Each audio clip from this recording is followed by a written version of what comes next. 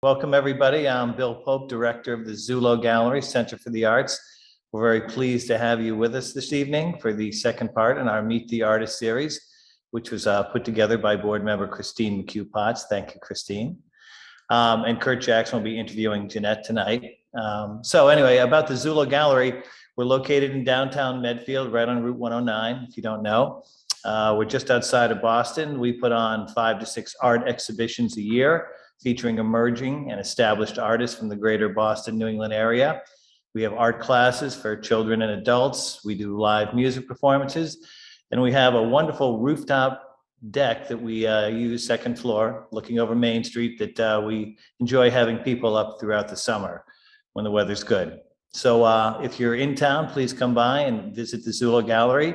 You can get more information about us at the website, zullogallery.org, and sign up for our email list as well. So I hope you enjoy this evening's Meet the Artist.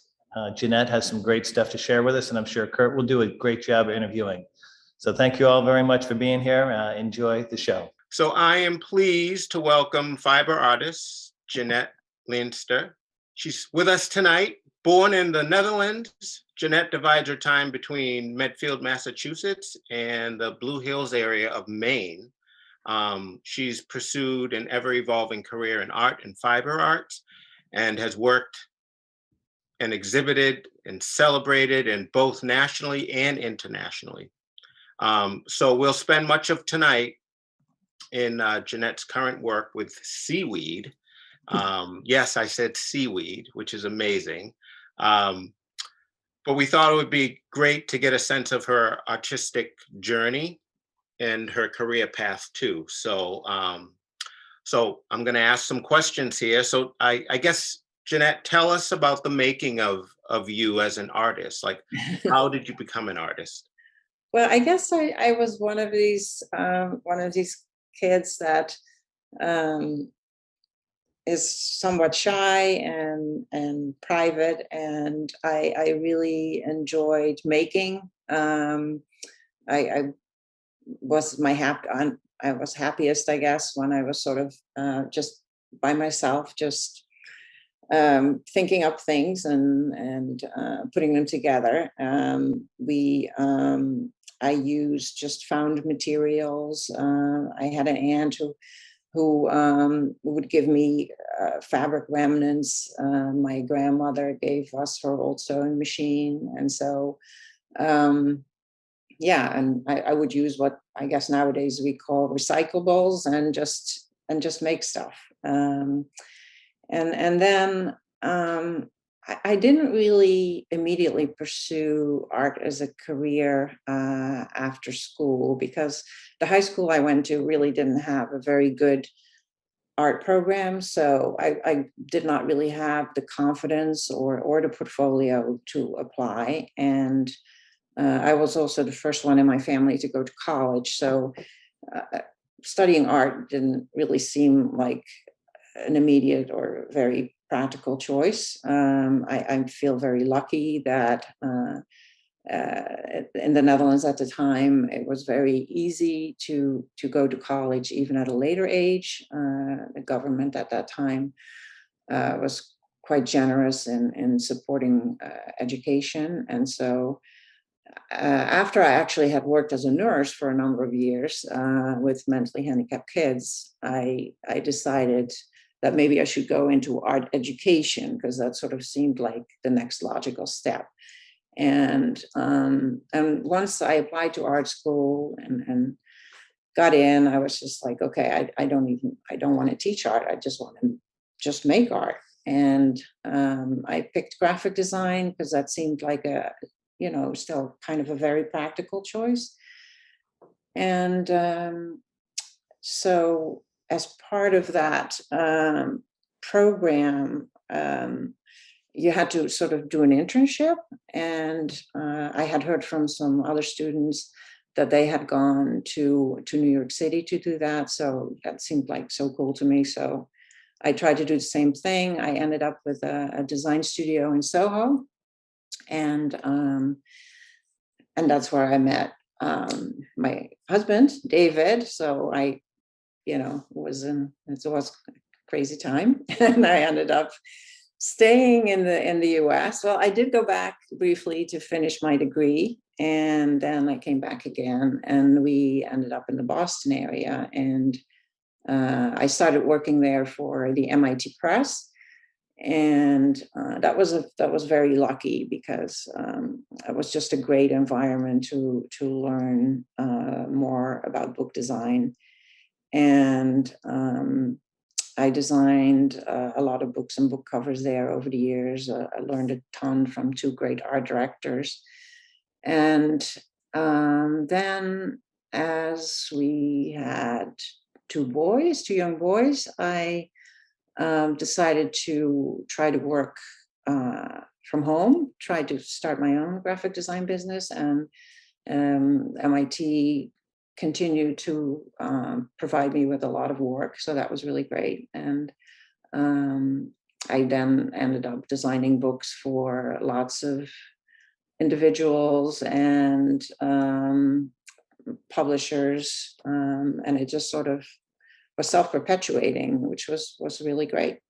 And but then, I guess, after doing that for like, I don't know, maybe like 20 years of book design, I sort of felt that I was sort of reaching the end of my, I don't know, it didn't give me the same excitement that it used to give me to come up with book design ideas. And as the boys were getting more independent, I also felt like I had more freedom and more RAM available, if you will, to explore other venues or other areas. And so I started first printing on Textiles. So you can see in the upper left corner there that I basically stuck with sort of graphic imagery in the beginning. I printed on silk and started selling those scarves, and again had a lucky break because the Museum of Fine Art was interested in them, and they hung them up in their gift shop very prominently, sort of as banners. So that was really great. And then after that, I just wanted to go even more into a third dimension. And so I started learning how to felt. I took felting classes. I took pleating classes in England. I learned all about shibori, a lot of it from books and from videotapes. Man, am I dating myself? Now, I'm sorry, what is shibori? If you don't mind. Shibori is actually a sort of an ancient Japanese way of manipulating fabric, and it was developed to print kimonos. So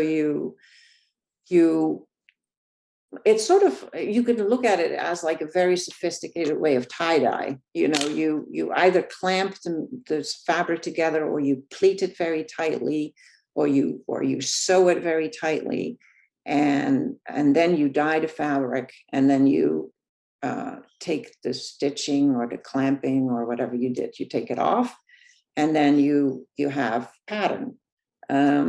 So in the original Japanese tradition, the fabric is then flattened, but I basically use that technique to just create three-dimensional fabrics, as you will. I just left the shape in. And you can do that brilliantly when you use animal fibers. So when you use wool or silk, it will actually keep its shape after you dyed and steam it, if you use hot dyes. So I know you've done a lot of tie-dye, Kurt, so you with the kids, so you must know all about this too, right? Yeah. Yeah, but I hadn't heard of the shibori, which it sounds really interesting. It's a great area to research. I mean, they did amazing things with very little, and made very complex and sophisticated patterns with it. Still do up to this day. There's still some people who practice it. Yeah. Now coming, because it sounds like you've been to a lot of places, but I think coming from the Netherlands and coming here to the United States, did it shape you artistically in any way? Well, I think my Dutch, growing up in the Netherlands, I do think there's a certain type of aesthetic or I would say there's sort of a directness, I think, in general to a lot of art that was created in the Netherlands.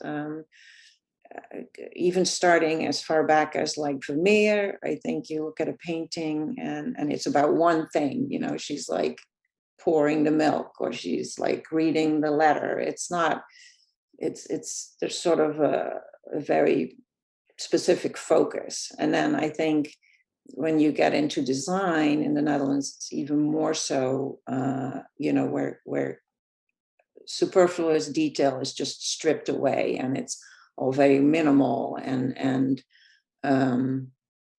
I really like that because I find it calming. I try to sort of show just one thing with what I do, like, oh, look at this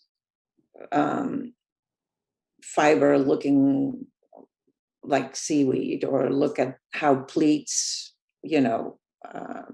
drape or form, or look how this piece like moves in the wind or something like that. And I try to not decorate too much, or I try not to use too many materials at once. And I think that's I sort of associate that with coming from Northern Europe, I guess. Yeah. And you grew up, it seemed like you grew up near the coast. I did. Yeah. I grew up on a group of islands actually called Zeeland, which means sea land. So, so you grow up with the smells and the far view, the low horizon, all that. And I'm finding that now again in Maine. So, we ended up buying a small cottage in Maine, and my work sort of started slowly evolving as we spent more time there. I would start making things and just start taking them back to the beach with me and then photographing them. And so there was this sort of dialogue started to develop between what I was making and the environment I found myself in Maine. And it feels like home to me, even though the scenery is quite different. It feels timeless, just like the ocean in the Netherlands did for me. Yeah. Let's, I guess, focus on your most recent work with the seaweed and rockweed. What was your motivation for working with those materials? Yeah, so what happened was that I started sort of working with seaweed and shaping it in the way I worked with my pleating. So there's some resemblance there, I think. But what happened was that, we would go visit Maine and we would be on these beaches, and they're like, as you can see in this image, they're just covered with tons and tons of this seaweed. It's called it's one specific kind. It's called rockweed. And it can be actually several feet thick, this layer. And I kept on thinking, like, what can I do with it? What can I do with this material? Also because I had been trying to work with local materials already. For my felting, I had worked with Karen Borgstein's alpaca. She's right here in Medfield. And but for a lot of other materials, I still had to like have them shipped to me, and you kind of don't know exactly where they come from. And I was just trying to find ways to just use what's right there. One day, I saw a bunch of seaweed that sort of had blown into the shape of a nest and had dried that way. And I was thinking, oh, so there's sort of a strength in numbers in a way. If I start stitching it and I stitch it when it's wet and then it dries, then I can actually create some integrity with this material. And so this was my first attempt where I just took some seaweed home and stitched it together and let it dry. And I was just like, I think maybe this has some possibilities. Had you seen any other artists work with this material? No, I hadn't. Later, I found out that there are other people doing this. Some people work with with kelp, so they work with bigger sort of larger plants, so algae, so to speak. But I don't think, I have not met anyone who uses this particular seaweed. Yeah. And what was sort of interesting, like as I was learning more about it, I sort of became aware of this whole movement to basically save the rockweed, because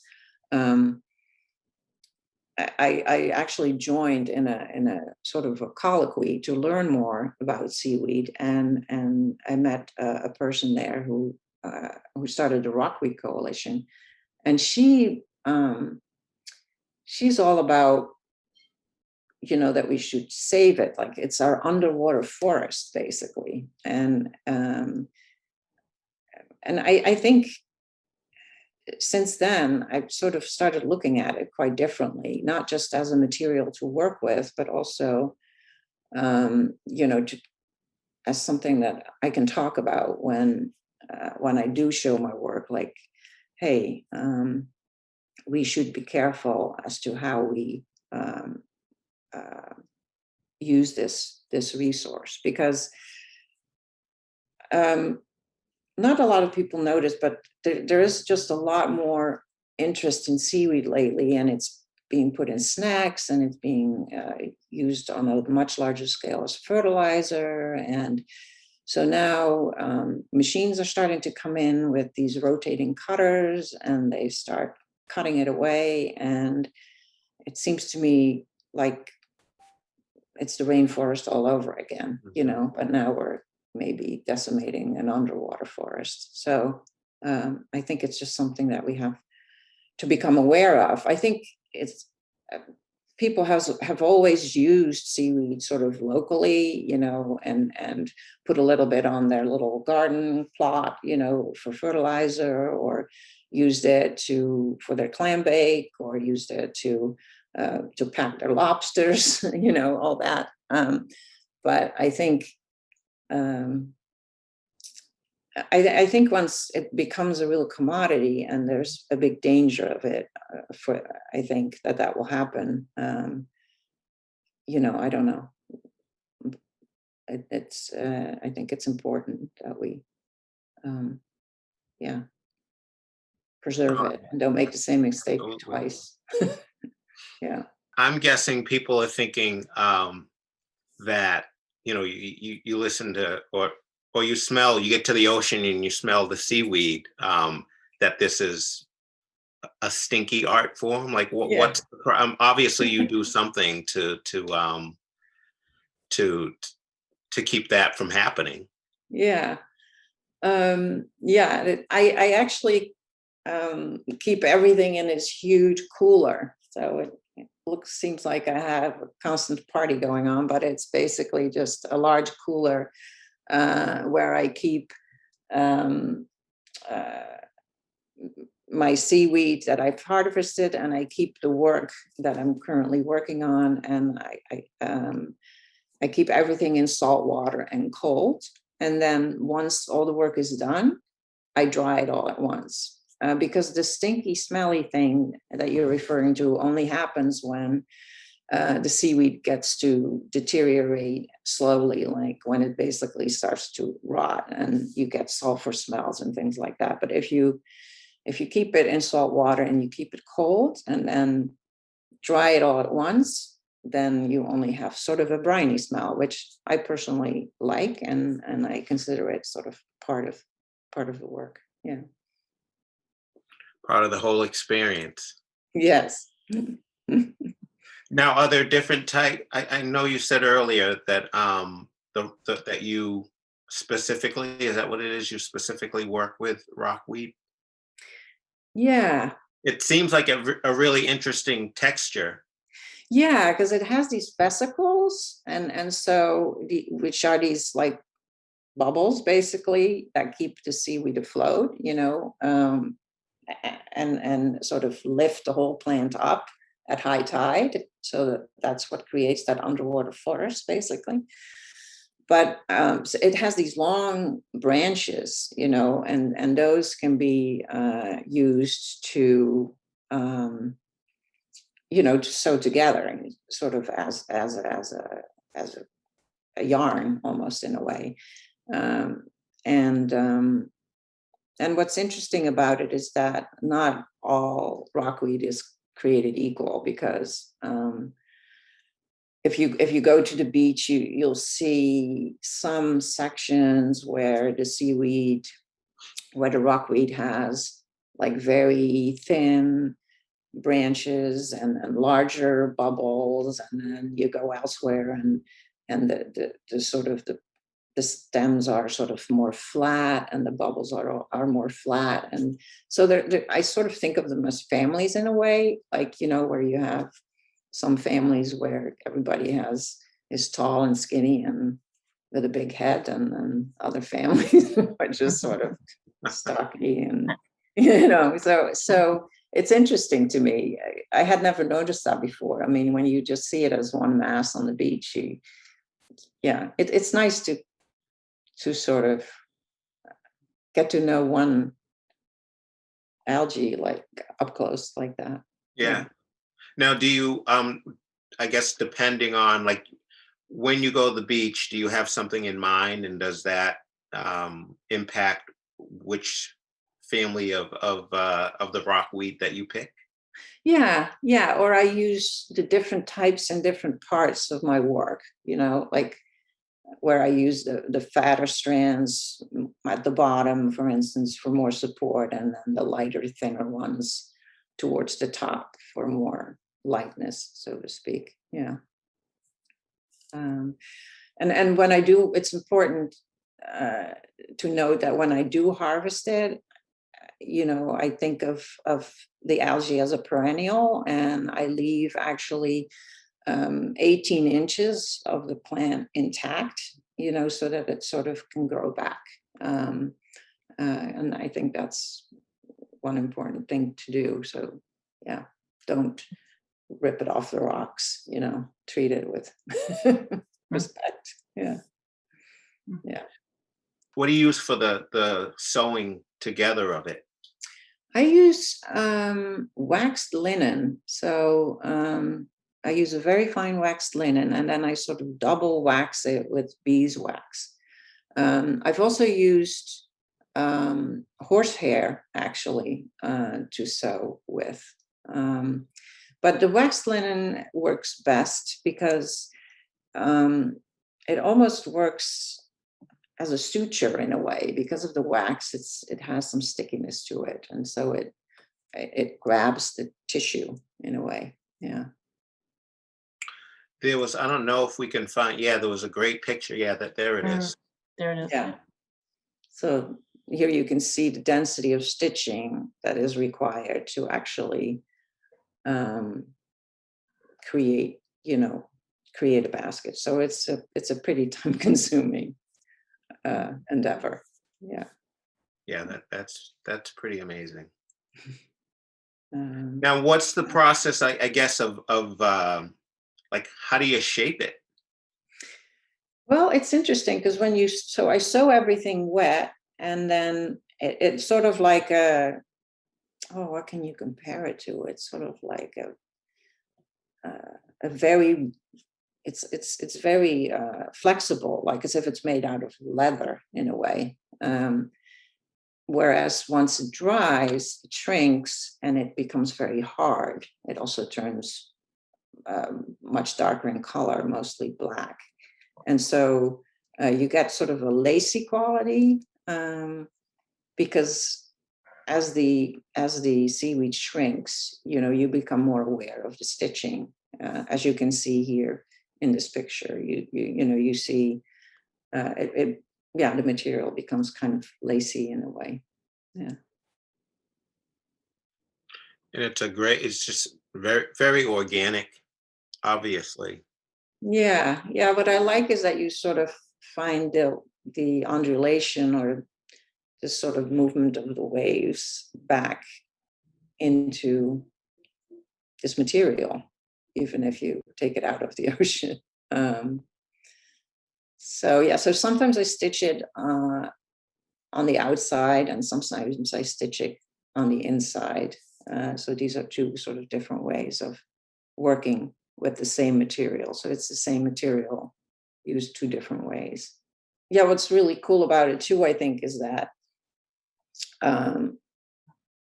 once you dry seaweed, you would think, okay, now I've dried it, it's set, but it isn't actually. You can put it back in salt water, and then it just becomes like almost alive again. This is actually truly two halves of the same piece of stitching that I did.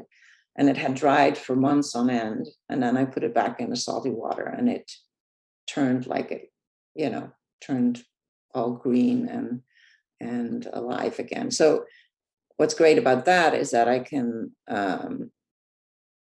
sort of reshape a vessel. So once I make it and I dry it and I don't like it, I can wet it again and kind of reshape it. Now, as an artist, I think when you work on a piece, there's just this it's kind of a journey that you take as you're working on a piece of artwork.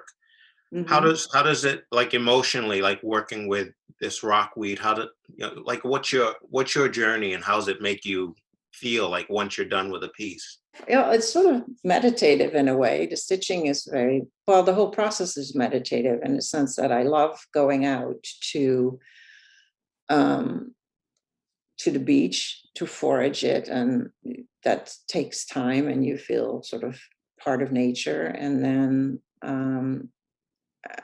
when I clean it and I get it ready to work with, the sewing is a very slow process, and to some degree you can control it, but you can't quite control it because the seaweed also sort of has a will of its own.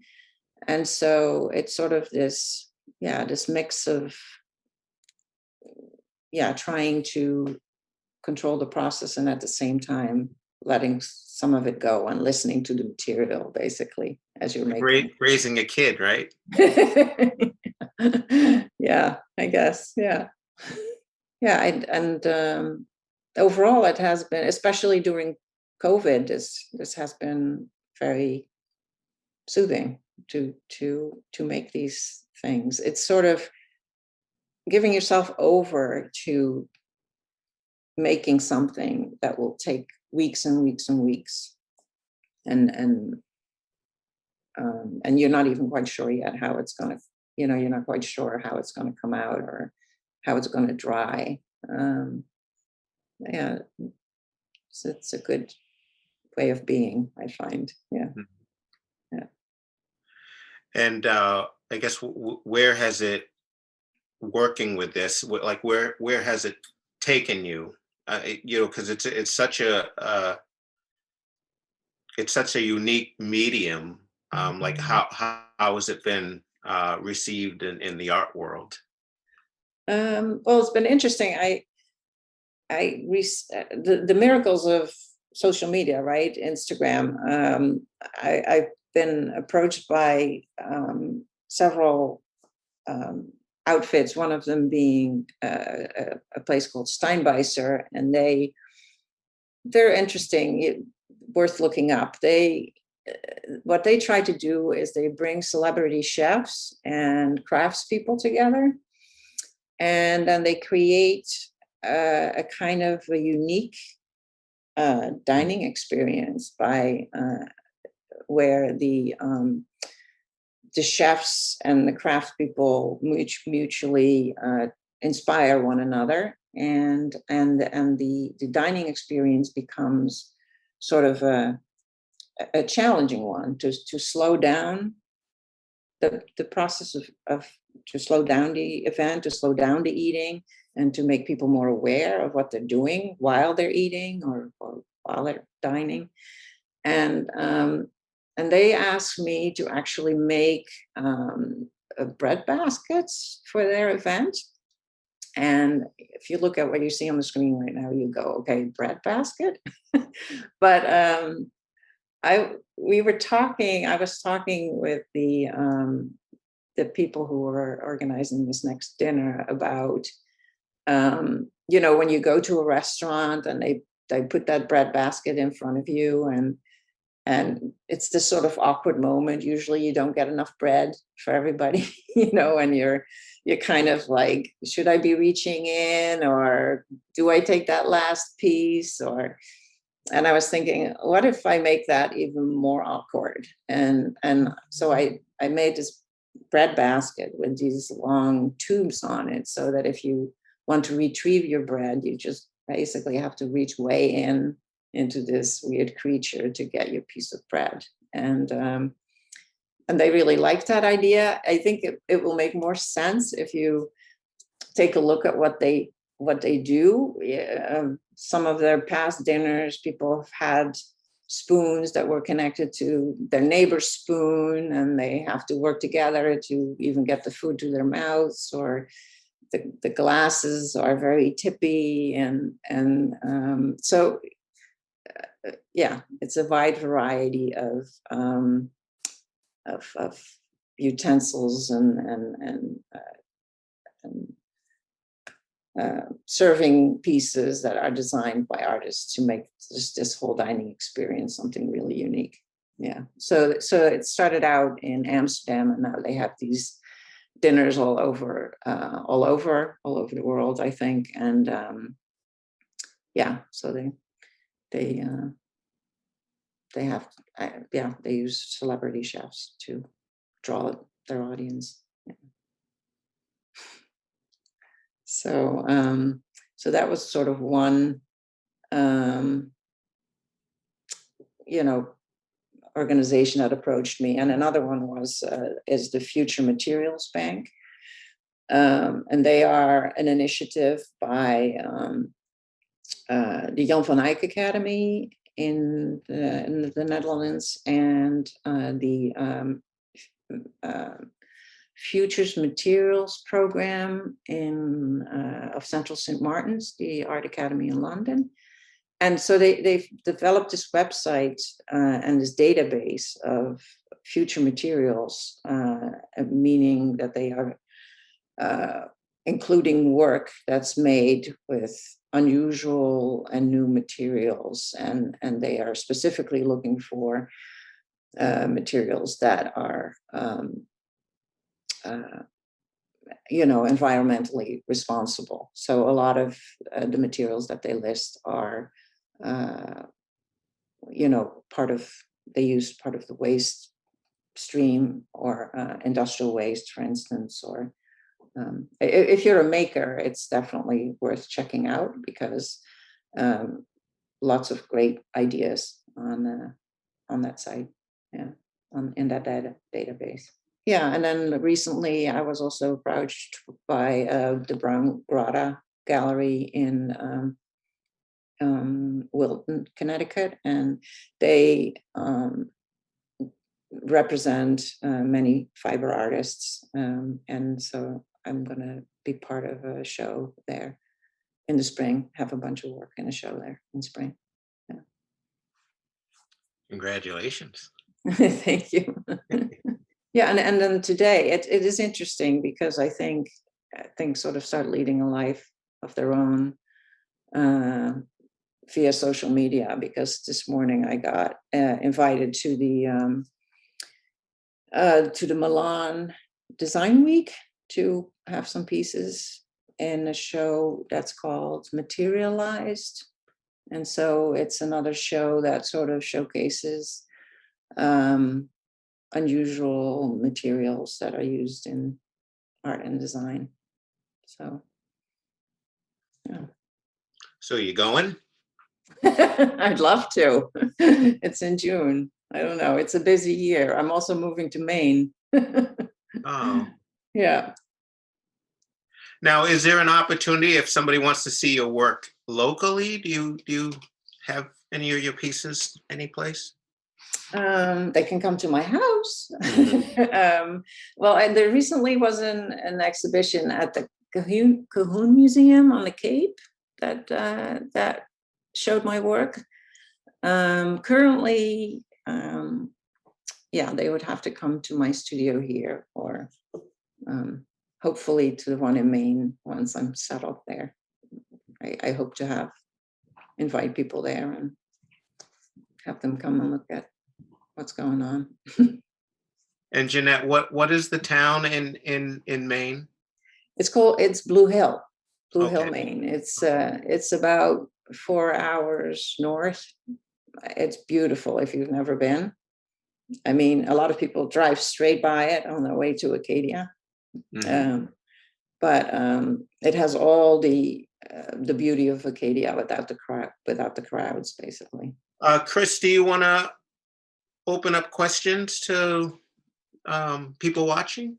Yeah, that'd be great. So anyone that's watching, you can put your hand up if you want to ask it live. We have some typed in questions that I can read off as well.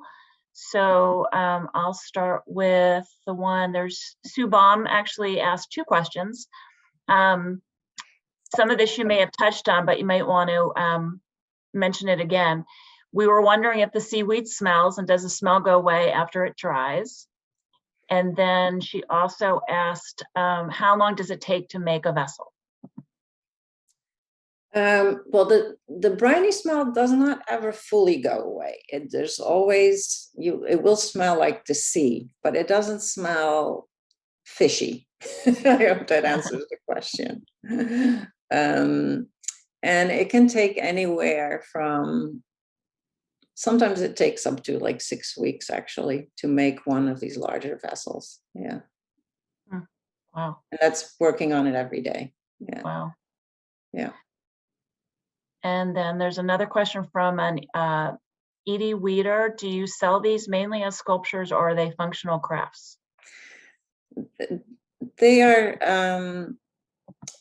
they're meant to be decorative, because the seaweed, it's the vessel ends up being pretty strong, but it has a brittleness to it. It's more like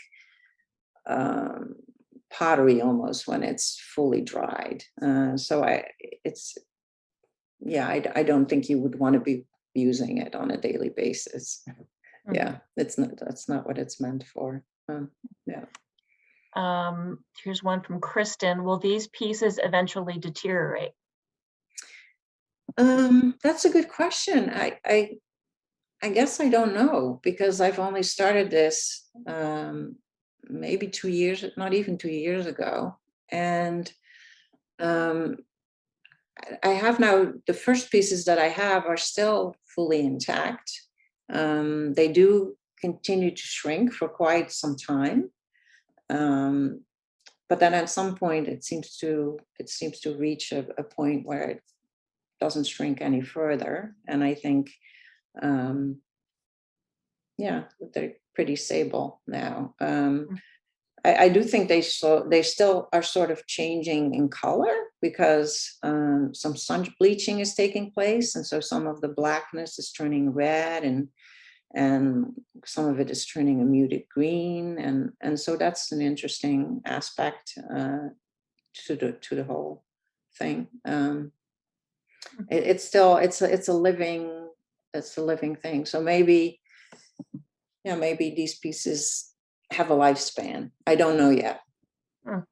Yeah. Edie had a follow-up question. Speaking of color, do you ever consider dyeing the materials? And then I guess a second part of that for me is about the thread that you use, and if you ever think about using different color thread or incorporating color in any way. Yeah, I have recently made one where I used a different color thread. I sort of used a lighter green to sort of refer back to, what the seaweed looks like when it's fresh. The seaweed itself, I don't think I would want to dye. That doesn't appeal to me, but I am looking to dye my own waxed linen, just because I think if I can dye that with natural materials, it will have a more lively color, in a sense that not all the thread will be the exact same color, but there will be variations in color, which I think could further, enhance the work. Yeah. So I'm looking to dye some of my own linen now with black walnut and with seaweed, because you can also dye fabrics just like as you can dye with plants. You can dye with seaweed. So I'm exploring that next. Jeanette, can I ask you a question here? Sorry to interject. Yes, But you can, Bill. You have all those beautiful images there on the left, and if we don't make it to your studio here in Medfield or up in Maine, I'd love to see some more of your work. Can you just scroll through some of those images? Can you see this? Yes, the breadbasket. Yep. Here you can see the sort of the difference in color in drying. So some of it has dried more green and some of it is more reddish. This is sort of work in progress. This vessel looks like that when it's dried. So that's the same vessel. So how tall is that? Maybe 2 feet. Okay. And this one is sort of inspired by like Japanese tea pots, I guess, or Japanese pottery. So I just use driftwood for a handle here. Beautiful. This one is sort of one of the biggest ones to date, I would say. No, the breadbasket is actually quite huge. The breadbasket is I think 2.5 feet tall. This one is maybe 2 feet tall. Yeah. So here again, it looks like this when it's dried, and it looks like this when it's wet. So you can see a big difference. It's really beautiful. It is beautiful. And this is one that's in between. So it's not fully dried yet, and it's also not entirely wet. It'd be interesting to have a piece of artwork that kind of changed. I mean, it all does to a degree, but something so organic that as you have it for 6 months or a year or longer, it changes color and fades, or whatever it does, because it's kind of still alive in some ways.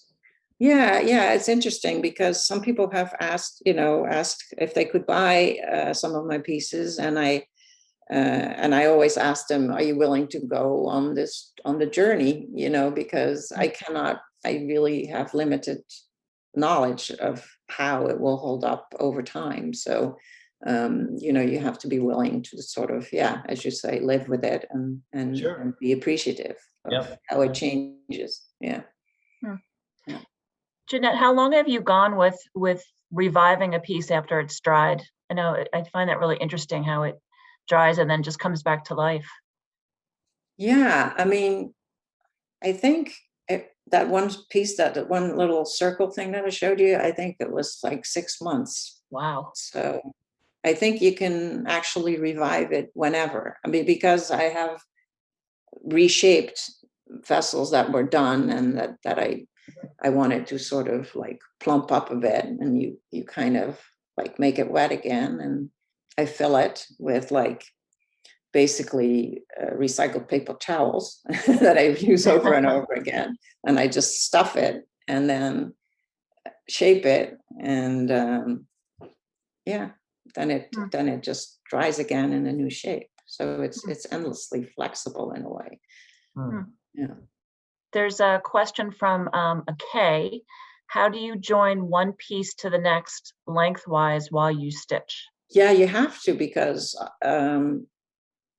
you overlap basically. You take a strand or a branch or whatever you want to call it, and you start, making your spiral with it, and then you have to overlap a little bit to add the new one in, so to speak. I mean, strands are not long enough to make one continuous basket, unless I'm misunderstanding the question. Maybe I'm misunderstanding the question. I don't know. She can. Okay, you can come in and ask it live if you like. I can have you talk if you'd like to do that. In the meantime, there's someone here I think you might recognize, a Micah Grinnell. Where do you see this work taking you next? Yeah, I don't know. It's just sort of an ongoing journey. It's been exciting to have this much interest in it lately. I think I quickly went by some sketches that I did earlier. And when we move to Maine, I will have a much bigger workspace there. I'll have a huge studio, I'll have a big studio. And I'm sort of dreaming of big floating objects out of seaweed, that make a lot of them and sort of hang them from the ceiling maybe, and then you can walk among them and be like the fishes. Yeah. Great. Have you run into any of the environmental issues up there? Like I've been reading about rockweed, and it's fascinating about the protection of it now. And have you run into any issues with trying to access just the coastal areas to gather it at all? I haven't, because there's still, there's public. First of all, I don't really harvest in areas that seem fragile in any way. If I forage near, like the public dock, for instance, where there's a lot of traffic already from fishermen and lobstermen and so on.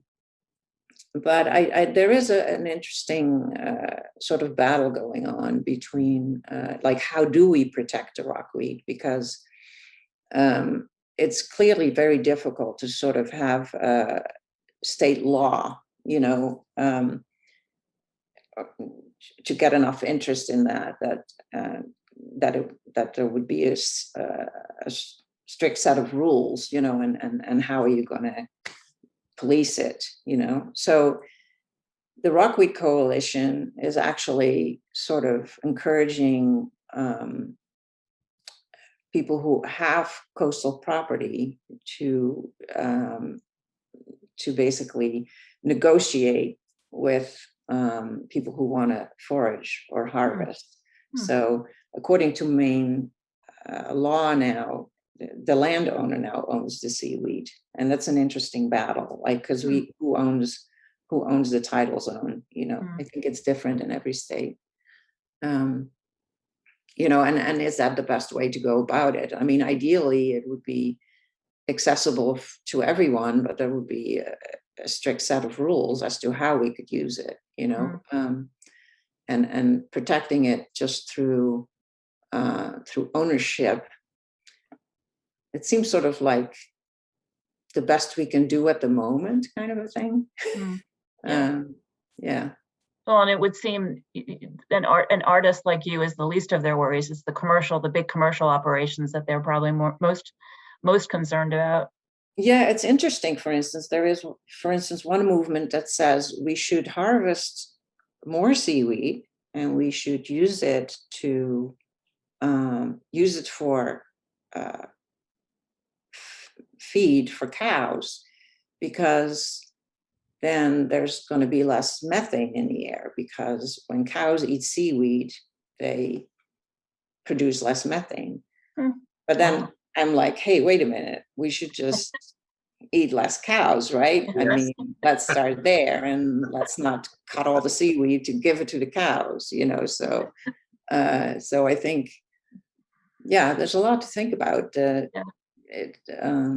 It's being used more and more, and I think, if we're going to cut the seaweed in Maine to ship it to California to put it, on branches, that doesn't seem like a good approach to me. Last couple of questions for Jeanette.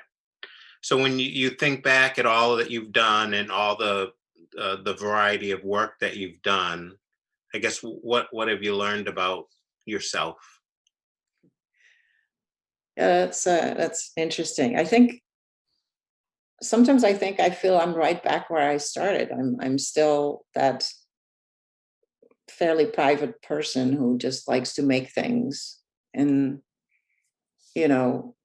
with material that I find around me. And so even though I feel I've learned so much about like design and art, I think what I mostly learned is that at the core, I'm still that same person. And so I think maybe it's important to stay true to yourself, to who you are and what you love to do, like find what makes you happy and try to do as much of that as you can.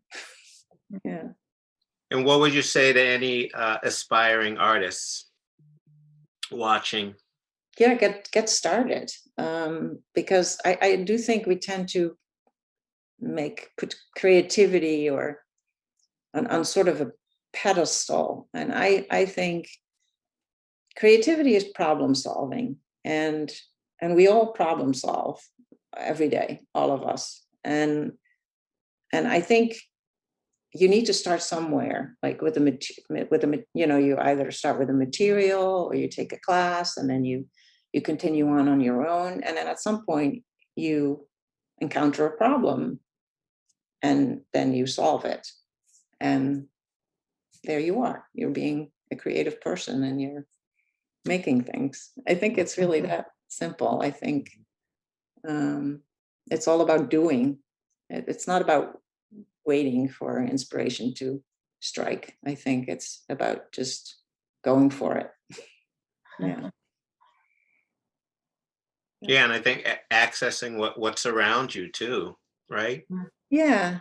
Looking. Yeah. There's so much, even in the tiniest tidal pool, whole worlds going on, drama playing out. Yeah. There's, yeah. It can be, you don't have to travel far to find stuff to work with, or you don't have to have a lot of money to buy materials. It's all around you if you look for it. Well, thank you so much, Jeanette. Thank you. I think, for me as a photographer, like I love getting up early in the morning and going to the beach and finding, these beautiful natural images that, people tend to walk past on a daily basis. But I think anybody listening tonight will I think when they go, next time they go to the beach, I think they're going to look at the ocean and all those living creatures. I think they'll look at it a little differently. Yeah, I do. Thanks to you. Well, thank you. Just like you, I take a lot of pictures too on the beach, and yeah, it's very inspiring. And even if, yeah, it just makes you feel good just to notice all this beauty. Yeah. So, well, thank you, Kurt, and thank you, Bill and Chris. This was great. Yeah. Thank you to Sure. our esteemed panelists. This was great. Thank you, Jeanette. Just unbelievable work. You've always amazed me over the years just to see the evolution of all the different things that you're doing. So it's your inspiration for sure. For anyone else who wants to follow the artist series, we have another one coming up. On the music front, it's basically a Sunday afternoon jazz talk with the infamous Jerry Bergonzi and the jazz pianist, vocalist Geraldine Bergonzi, Jerry and Jerry. So that'll be at 3:30 on March 6th on Sunday. So you can go to the ZulloGallery.org website and check that out as well, and enjoy that talk with those two, the dynamic duo. And thanks to Bill Pope's efforts, we've got a beautiful ZulloGallery.org website that's been redone, right? Yes, and thanks to Dave Yuknat, one of our board members as well. And I'd like to just throw in my thank yous to Jeanette for being on the show tonight, and Kurt for doing a great job of interviewing, and Chris for putting it all together, and reminding everybody that if you're in Medfield, stop by the Zullo Gallery to see one of our art exhibits. Which reminds me, Jeanette, I think one of these days we certainly should have one of your pieces up here. I'd love to. That would be great. It would be great. So Yeah, thank you all for being part of this evening's Meet the Artist series. Anyone that wants to donate to the gallery, it's always welcome. ZulloGallery.org. So thanks everyone for coming tonight. Thank you, Kurt. Thank you, everybody. Thanks guys. everybody for Take care. tuning Okay, in. we'll see you. Bye-bye. Good night, everybody. Good night.